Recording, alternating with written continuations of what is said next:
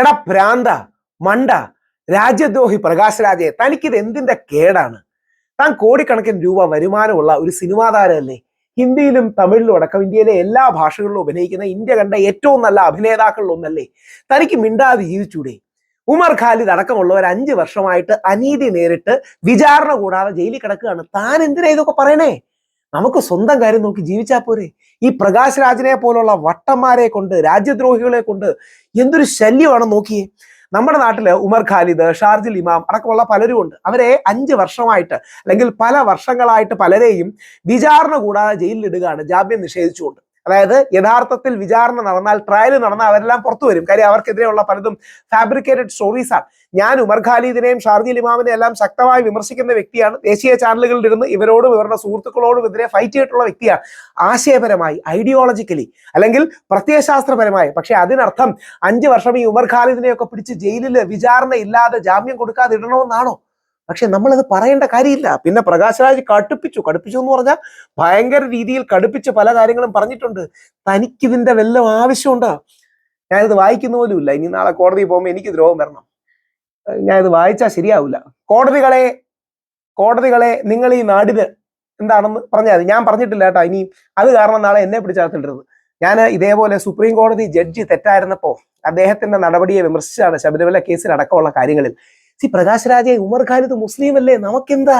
എന്തായാലും പ്രകാശ് രാജ് എന്ന പേര് വെച്ച് ഹിന്ദുവാണ്, തുളുവനാണ്, തുളുവ പ്രദേശത്ത് നിന്ന് വരുന്നവനാണ്. നമ്മൾ ഹിന്ദുക്കളല്ലേ, എന്തിനാണ് നമ്മളിങ്ങനെ ബാക്കിയുള്ളവരുടെ കാര്യത്തിൽ ഇടപെടുന്നത്? എന്നിട്ട് പ്രകാശ് രാജ് കടുപ്പിച്ച് പറഞ്ഞിട്ടുണ്ട്, ഇതിനോടൊന്നും എനിക്ക് ജെന്യുവനായിട്ട് വലിയ യോജിപ്പൊന്നുമില്ല. ഈ രാജ്യത്ത് സംഭവിക്കുന്നത്, ചില വാക്ക് യൂസ് ചെയ്യുന്നുണ്ട്, ഞാൻ പറയുന്നില്ല. ഈ രാജ്യത്ത് സംഭവിക്കുന്നത് അവർ മുസ്ലിങ്ങളെ തുടച്ചു നീക്കാൻ ആഗ്രഹിക്കുന്നു, ആദിവാസികളെ, ന്യൂനപക്ഷങ്ങളെ തുടച്ചു നീക്കാൻ ആഗ്രഹിക്കുന്നു. അതാണ് അവരുടെ അജണ്ട. വേറൊരു വാക്ക് യൂസ് ചെയ്തിട്ടുണ്ട്, ഞാൻ ആ വാക്ക് യൂസ് ചെയ്യുന്നില്ല. രാജ്യത്തെ നീതിന്യായ വ്യവസ്ഥയ്ക്കും കേന്ദ്ര സർക്കാരിനുമെതിരായ രൂക്ഷമായ വിമർശനങ്ങളുമായി നടൻ പ്രകാശ് രാജ് ഹൈദരാബാദിൽ സംഘടിപ്പിച്ച പരിപാടിയിലാണ് ഇന്ത്യൻ കോടതികൾ രാജ്യത്തിന് എന്തോ ആണ് എന്ന് അദ്ദേഹം പറഞ്ഞത്. എല്ലാവരും ഒന്നും അല്ല കേട്ടോ, 90%, 95% കോടതികളും നല്ലതാണ്. പക്ഷേ അത്തരം രാഷ്ട്രീയ താല്പര്യങ്ങളുള്ള കേസിൽ ചിലപ്പോഴെങ്കിലും കോടതികൾ വേണ്ട രീതിയിൽ പ്രതികരിക്കുന്ന ഒന്ന് ബഹുമാനപുരസ്സരം നമ്മുടെ ജഡ്ജിമാരെ ഓർക്കണം. 5 വർഷമൊക്കെ ഒരാളുടെ ജീവിതത്തിൽ നിന്ന് കളയുകയാണ്. 5 വർഷമായിട്ട് ജാമ്യം കൊടുത്തായിട്ടിരിക്കുകയാണ്. എന്ത് തെളിവുണ്ടെന്നാ പറയണേ? ഇതിന്റെ പ്രശ്നം എന്നാ ശരി, തെളിവുണ്ടെന്നിരിക്കട്ടെ. തെളിവുണ്ടെങ്കിൽ ഡൽഹി പോലീസ് വിചാരണ നടത്തി ഇവരെ ശിക്ഷിച്ചു തൂക്കിക്കൊല്ലൂ. പക്ഷേ വിചാരണ തടവുകാരായി ഇടുന്നത് വലിയ അന്യായമാണ്. ഉമർ ഖാലിദിന് അനുകൂലമായി സോറാൻ മംദാനി ന്യൂയോർക്കിന്റെ മേയറായി ഈ വ്യക്തിയൊക്കെ മുമ്പ് അല്ലെങ്കിൽ എഴുതിയ എഴുത്തൊക്കെ കാണിക്കുന്നുണ്ടായിരുന്നു. പക്ഷെ ഇദ്ദേഹം പറയുന്ന ഒരു പോയിന്റ് കേട്ടിട്ട് എനിക്ക് രോമാഞ്ചം വന്നു. ഞാൻ ആ സ്പീച്ച് എടുത്ത് വെച്ചിട്ടുണ്ട്, കൊടുക്കണമെന്ന് ആലോചിക്കുകയാണ്. ഏഷ്യാനെറ്റ് അടക്കം BJP മുതലാളി അല്ലെങ്കിൽ BJP സ്റ്റേറ്റ് പ്രസിഡന്റ് ഓണറായ ഏഷ്യാനെറ്റിൽ വന്ന വാർത്തയാണ്. ഞാൻ ആ വാർത്ത വായിക്കുന്നില്ല, നിങ്ങൾ വേണമെങ്കിൽ കണ്ടോളൂ. ഞാൻ ആ വാർത്ത വായിച്ചാൽ ശരിയാവില്ല.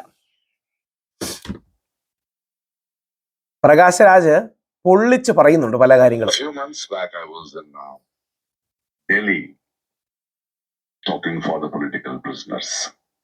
രാഷ്ട്രീയ തടവുകാർ. Everybody speaks, we all know who he is. I would like to repeat what I said in Delhi. Please try to understand whatever is happening in this country is a preparation of a genocide. ഞാനൊന്നും പറഞ്ഞിട്ടില്ല, ആ വാക്ക് ഞാൻ use ചെയ്തിട്ടില്ല. ഏഷ്യാനെറ്റ് കൊടുത്ത വാർത്ത എൻ്റെ കയ്യിൽ കൊടുത്തു എന്ന് മാത്രമേ ഉള്ളൂ. അതിൽ കുറച്ച് അദ്ദേഹം പറയുന്നതിൽ കുറച്ച് കടത്തിയാണ് പറയുന്നത്. പക്ഷേ മുസ്ലിം സമൂഹത്തെ അരികു ചേർക്കാൻ, ദളിതരെയും ആദിവാസികളെയും അരികു ചേർക്കാൻ, അപരവൽക്കരിക്കാൻ ഉള്ള നീക്കം തന്നെയാണ് നടക്കുന്നത്. അദ്ദേഹം ഉപയോഗിച്ച വാക്ക് ഞാൻ യൂസ് ചെയ്യുന്നില്ല. They want to wipe out Salman. They want to wipe out tribal people, ആദിവാസികൾ, minorities. That is their agenda. 10 മിനിറ്റുള്ള സ്പീച്ചാണ്. ഞാൻ എടുത്തു വെച്ചിട്ടുണ്ട്, ബോധപൂർവം കൊടുക്കാത്തതാണ്. അത് പറയുന്ന പൂർണ്ണമായിട്ട് ഒന്നും യോജിക്കുന്നില്ല കേട്ടോ, 90% യോജിക്കുന്നേ ഉള്ളൂ. പക്ഷെ അതിൽ അദ്ദേഹം പറയുന്നൊരു കാര്യമുണ്ട്. അദ്ദേഹം പറയുന്ന കാര്യം എന്താ അറിയാമോ? പണ്ട് പോലീസുകാർ നമ്മളോട് അനീതി ചെയ്താൽ നിന്നെയൊക്കെ കോടതി കാണാമെന്ന് പറയുമായിരുന്നു. ഭയങ്കര ആവേശം ജനിപ്പിക്കുന്നതാണ്. ഞാൻ ആ ഭാഗം മാത്രം ഒന്ന് എടുക്കാം. ചില കാര്യങ്ങൾ വളരെ പ്രകോപനപരമായി പറഞ്ഞിട്ടുണ്ട്. അതൊന്നും ഞാൻ എഗ്രി ചെയ്യുന്നുമില്ല, കൊടുക്കുന്നുമില്ല. ഞാൻ എടുക്കുകയാണ്. കോൺഗ്രസിനെ വിമർശിക്കുന്നുണ്ട്, കോൺഗ്രസിനെ BJP വിമർശിക്കുന്നുണ്ട്.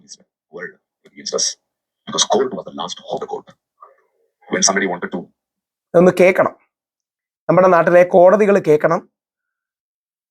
രാഹുൽ ഈശ്വർ അല്ല പറയുന്നത്, എനിക്കിതിൽ ഉത്തരവാദിത്വമില്ല, പ്രകാശ് രാജാണ് പറയുന്നത്.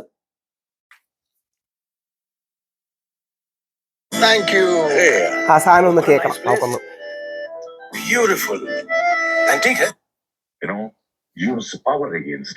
പോലീസുകാർക്ക് അവർ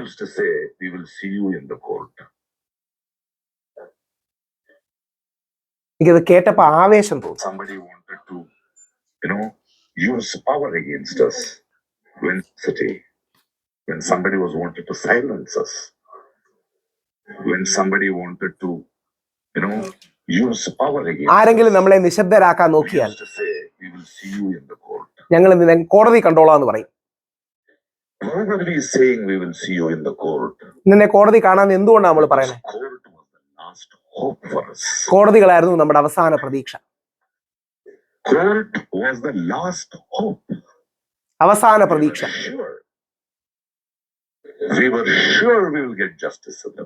എന്തായാലും നീതി കിട്ടും. We were sure that a court does not belong to a political party, does not belong to the ruling government, does not belong to any religious institution. But sadly today, I dare give this statement on this dais. Shame on you, the courts of India.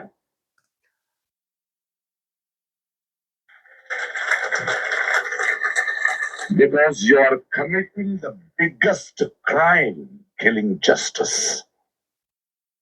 Chronology, you see it, no? അത് പറയാൻ ഒരു യഥാർത്ഥ രാജ്യസ്നേഹിക്കേ കഴിയുള്ളൂ. അതായത് എനിക്കത് കേട്ടപ്പോ യഥാർത്ഥത്തിൽ നമ്മുടെ നാട്ടിൽ ഞാനൊക്കെ ലോ പഠിച്ചതും നിയമം പഠിച്ചതും LLB പഠിച്ചതും എൻ്റെ ഒന്നാമത്തെ മകൻ ജനിച്ചതിന് ശേഷം അവൻ്റെ കൂടെ ഇരിക്കേണ്ട സമയം പോലും വേണ്ട രീതിയിൽ ഇരിക്കാതെ അവിടെ പോയി പഠിച്ചതിന്റെ കാരണം എന്താ അറിയാം? ഈ രാജ്യത്ത് അങ്ങനെ നീതി ഉണ്ട് എന്ന് വിശ്വസിച്ചാണ്. ഈ രാജ്യത്തെ കോടതികൾ ഉണ്ട് എന്ന് വിശ്വസിച്ചാണ്. ഈ രാജ്യത്തെ കോടതികളിൽ സത്യം മാത്രമേ പറയൂ എന്ന് വിശ്വസിച്ചാണ്. കോടതികൾ സത്യം മാത്രമേ പറയാവൂ എന്ന് വിശ്വസിച്ചാണ്. പക്ഷേ അങ്ങനെ തന്നെ ആണോ എന്ന് എനിക്കറിയില്ല. അങ്ങനെ ആകണമെന്നാണ് ഞാൻ ആഗ്രഹിക്കുന്നത്. അങ്ങനെ തന്നെ ആണോ എന്ന് പലപ്പോഴും എനിക്കറിയില്ല. പ്രകാശ് രാജ് പറഞ്ഞപ്പോൾ എനിക്കത് ഭയങ്കരമായിട്ട് പോസിറ്റീവായി എനിക്കത് തോന്നി. കാരണം ഈ രാജ്യത്ത് നമ്മൾ പറഞ്ഞുകൊണ്ടിരുന്നത് എന്താ? എനിക്കെതിരെ ഒരു അനീതി വന്നാൽ, പോലീസുകാർ നമുക്കെതിരെ അതിക്രമം ചെയ്താൽ, പോലീസുകാർ നമുക്ക് എതിരെ കള്ളം പറഞ്ഞാൽ, പോലീസുകാർ നമുക്ക് ജാമ്യം നിഷേധിച്ചാൽ നിന്നെ കോടതി കാണുമെന്നാണ്, കോടതി വെച്ച് കണ്ടോളാമെന്നാണ്. ഇന്ന് നമുക്കങ്ങനെ പറയാൻ പറ്റുമോ? പറയാൻ പറ്റണമെന്നാണ് എൻ്റെ വിശ്വാസം. ഇന്നും 95% പറയാൻ കഴിയുമെന്നാണ് എനിക്ക് വിശ്വാസം. പക്ഷേ പ്രകാശ് രാജ് പറഞ്ഞതിൽ ഒരുപാട് കാര്യമുണ്ട്. എനിക്കത് പൂർണ്ണ അർത്ഥത്തിൽ പറയാൻ പറ്റില്ല. പ്രകാശ് രാജ് പറഞ്ഞതിൽ ഒരുപാട് കാര്യമുണ്ട്, ഒരുപാട് തലങ്ങളിൽ ഒരുപാട് കാര്യമുണ്ട്. അതിനെക്കുറിച്ച് നമ്മൾ കൂടുതൽ അന്വേഷിക്കണം. ആ രീതിയിൽ എനിക്ക്, അതായത് കോടതികളിൽ പച്ച കള്ളം പോലീസും പ്രോസിക്യൂഷനും വിളിച്ചു പറഞ്ഞാൽ പോലും ആരും ബോധർ ചെയ്യുന്നില്ല. കോടതിയിലെ ജഡ്ജിമാർക്ക് ഒന്നൊരു കാര്യമല്ല, കള്ളമാണ് കള്ളമാണ് കള്ളമാണ് എന്ന് വിളിച്ചു പറയേണ്ടി വരുന്ന സാധാരണ പൗരന്റെ വേദനയാണ്. എന്നെ 16 ദിവസം ജയിലിൽ കിടത്തിയത് കള്ളക്കേസിലാണ്. ഞാൻ ആലോചിക്കുകയാണ്, ഈ ഉമർ ഖാലിദ് അടക്കമുള്ള എത്രയോ പേരെ 5 വർഷമൊക്കെയാണ് ജയിലിൽ കിടത്തുന്നത്. ഷാറൂഖ് ഖാന്റെ മോനെ 26 ദിവസമാണ് ജയിലിൽ കിടത്തുന്നത്. റിയ ചക്രവർത്തിയെ 26 ദിവസമാണ് ജയിലിൽ കിടത്തുന്നത്. അവിടെ ഇരിക്കുന്ന ജഡ്ജി മരപ്പാവയല്ലല്ലോ, അവിടെ ഇരിക്കുന്ന ജഡ്ജി യന്ത്രമനുഷ്യനല്ലല്ലോ. ഇതിന്റെ പിന്നിലുള്ള ഗൂഢാലോചനയും പോലീസിന്റെ താല്പര്യവും ആൾക്കാരെ കൊടുക്കാനുള്ള താല്പര്യവും പോലീസിനും പ്രോസിക്യൂഷനും മനസ്സിലായില്ലെങ്കിലും ജഡ്ജിക്ക് മനസ്സിലാവണ്ടേ? ജഡ്ജിക്ക് മനസ്സിലായില്ലെങ്കിൽ ഈ രാജ്യം നശിക്കും. ഇന്ത്യ മഹാരാജ്യത്ത് നീതി ഉണ്ടാകില്ല. പ്രകാശ് രാജ് പറഞ്ഞ ആ അർത്ഥത്തിൽ വളരെ സത്യമാണ്. ഉമർ ഖാലിദോ ബാക്കിയുള്ളവരോ ആ രീതിയിൽ തെറ്റ് ചെയ്തിട്ടുണ്ടെങ്കിൽ അവന്മാരെ വിചാരണ നടത്തി തൂക്കിക്കൊന്നോ. പക്ഷേ എത്ര വർഷമെന്ന് പറഞ്ഞാണ് ജാമ്യമില്ല ജയിലിലിടുന്നത്? ചുമ്മാ UAPA പോലുള്ള ഏതെങ്കിലും സ്ട്രിഞ്ചന്റ് ആയ വകുപ്പ് ചുമത്തി കള്ളത്തിന് മേൽ കള്ളം പറഞ്ഞിട്ട് എന്താ അർത്ഥമുള്ളത്? ഈ നാട്ടില് മീഡിയക്കാർക്ക് പൂർണ്ണ അർത്ഥത്തിൽ സത്യം പറയാൻ പറ്റില്ല. അവരുടെ എഡിറ്റോറിയൽ ബോർഡ്, അവരുടെ നേതൃത്വം, അവരുടെ മുതലാളി, ഇതിന്റെ എല്ലാം താല്പര്യം വെച്ചേ അവർക്കൊരു നിലപാടെടുക്കാൻ പറ്റും. പോലീസുകാർക്ക് സ്വതന്ത്രമായിട്ട് നിലപാടെടുക്കാൻ പറ്റില്ല. കാര്യം പോലീസിന്റെ മേളിലിരിക്കുന്ന രാഷ്ട്രീയക്കാരുണ്ട്, ആഭ്യന്തരമന്ത്രിയുണ്ട്, അയാൾ പറഞ്ഞു കൊടുക്കും ഈ നിലപാടെടുക്കാൻ. അതേ പോലീസിന് എടുക്കാൻ പറ്റുള്ളൂ, അറിഞ്ഞിരിക്കണം. അല്ല പോലീസ് സ്വതന്ത്രമൊന്നുമല്ല, പോലീസ് സ്വതന്ത്രമാണ് ആരും പറയത്തുമില്ല. പ്രോസിക്യൂഷൻ എന്ന് പറഞ്ഞാൽ പോലീസിന്റെ നാവ് മാത്രമാണ്. അതായത് പോലീസ് പറഞ്ഞു കൊടുക്കുന്നു, ആ കേസ് ജയിപ്പിക്കുകയാണ് ഇവരുടെ പരിപാടി. ഇപ്പൊ ഞാൻ നാളെ പോലീസ് ആണെങ്കിലും ഞാൻ പ്രോസിക്യൂഷൻ ആണെങ്കിലും ഇതേ ചെയ്യൂ, വേറെ ഒന്നും ചെയ്യാൻ പറ്റില്ല. കാരണം നമ്മൾ ശമ്പളം മേടിക്കുന്നതാണ്. പക്ഷെ ഈ നാട്ടിൽ സ്വതന്ത്രമായി നിൽക്കേണ്ട ഏക സ്ഥാപനം കോടതികളാണ്. ബഹുഭൂരിപക്ഷം കോടതികളും നീതിയുടെ കേന്ദ്രങ്ങളാണ്, ദൈവത്തിന്റെ ഭൂമിയിലെ പ്രകട രൂപങ്ങളാണ്, സംശയമൊന്നുമില്ല എനിക്ക്. പക്ഷേ എല്ലാവരും അങ്ങനെയല്ല. 5% ജഡ്ജിമാർ അങ്ങനെയല്ല. ശ്രീ ദിലീപിന്റെ കേസിൽ അങ്ങനെ മഹതിയായ ഒരു ജഡ്ജി ഉള്ളതുകൊണ്ടാണ് ഈ മാധ്യമ പ്രൊപ്പഗാൻഡകൾക്കെതിരെ ശ്രീ ദിലീപിന് നീതി കിട്ടിയത്. അപ്പം ഒരുപാട് ജഡ്ജിമാർ നല്ലതാണ്. പക്ഷേ ശബരിമല കേസിലടക്കം ചില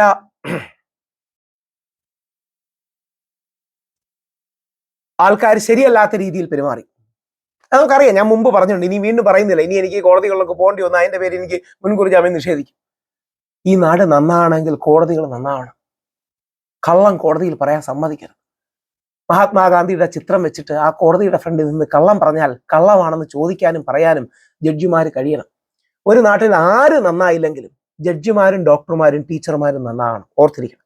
ഒരു നാട്ടിൽ ആര് നന്നായില്ലെങ്കിലും ജഡ്ജിമാരും ഡോക്ടർമാരും ടീച്ചർമാരും നന്നായിരിക്കണം. ഡോക്ടർമാർ നമ്മുടെ ശരീരത്തിനുള്ളതാണ്, ടീച്ചർമാർ നമ്മുടെ ഭാവിയും വിദ്യാഭ്യാസവുമാണ്, ജഡ്ജിമാർ നീതിയുടെ കാവലാളാണ്. ഇവർ നന്നായില്ലെങ്കിൽ ആ നാട് നശിക്കും. പ്രകാശ് രാജിന്റെ സ്പീച്ച് പറ്റുമെങ്കിൽ നിങ്ങൾ പോയി കേൾക്കണം. നമ്മുടെ രാജ്യത്തിന്റെ അവസ്ഥയാണ്. അദ്ദേഹം അത് തീർച്ചയായിട്ടും too strong and too strongly worded ആയിട്ടാണ് പറയുന്നത്, സംശയമില്ല. അപ്പം അത്രയും ഒന്നും പേടിക്കേണ്ട കാര്യമില്ല. ഇന്ത്യയുടെ അടിസ്ഥാനങ്ങൾ സ്ട്രോങ് ആണ്. ഇന്ത്യ മഹാത്മാഗാന്ധി ഉണ്ടാക്കിയതാണ്. ഇന്ത്യയുടെ അച്ഛൻ മഹാത്മാഗാന്ധിയാണ്. ഭരണഘടന നമുക്കുണ്ട്, അതുകൊണ്ട് സ്ട്രോങ് ആണ്. പക്ഷേ നമ്മുടെ രാജ്യത്ത് പല ആൾക്കാരും അങ്ങനെ ചിന്തിക്കുന്നുള്ള സത്യമാണ്. അതിനെതിരെ പ്രതിരോധം തീർക്കേണ്ടത് കോടതികളാണ്.